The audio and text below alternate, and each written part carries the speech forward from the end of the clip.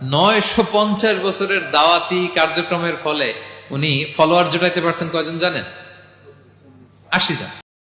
আমরা পৃথিবীর সবাই কিন্তু এদেরই নাতিপুতি। এই 80 জনকে নিয়ে উনি নৌকার উপর উঠলেন, কিস্তির উপর, আর বাকিটা তো মহাপ্লাবন দিয়ে আল্লাহ ধ্বংস করে দিয়েছেন। ওই 80 জন আবার জমিনে এসে জমিনে আবাদ করা শুরু হলো, ওখান থেকে পৃথিবীর সকল মানুষ সুবহানাল্লাহ। আল্লাহ, আমি দিন রাত এক করে আমার জাতি গোষ্ঠীকে দাওয়াত দিয়েছি। আমার দেখলে লোকগুলো ভেগে ভেগে যায়, আর কি করে, আমার কথা যেন শুনতে না হয় এরা কানে আঙ্গুল দিয়ে রাখে আর মুখে কাপড় পেঁচিয়ে রাখে। নূহ আলাইহিস সালাম তারপরও থামতেন না, কন্টিনিউয়াস দাওয়াতি কাজ। লোকজন নূহ আলাইহিস সালামকে পিটিয়ে আধামরা করে কাঁথা দিয়ে পেঁচিয়ে পাহাড়ে রেখে আসতেন।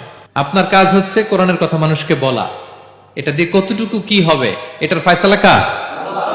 তাহলে নূহ আলাইহিস সালামের জীবনী থেকে আমাদের শিক্ষা হচ্ছে কনসিস্টেন্সি। 950 বছর উনি লাগাতার দাওয়াত দিয়েছেন, থামে নাই।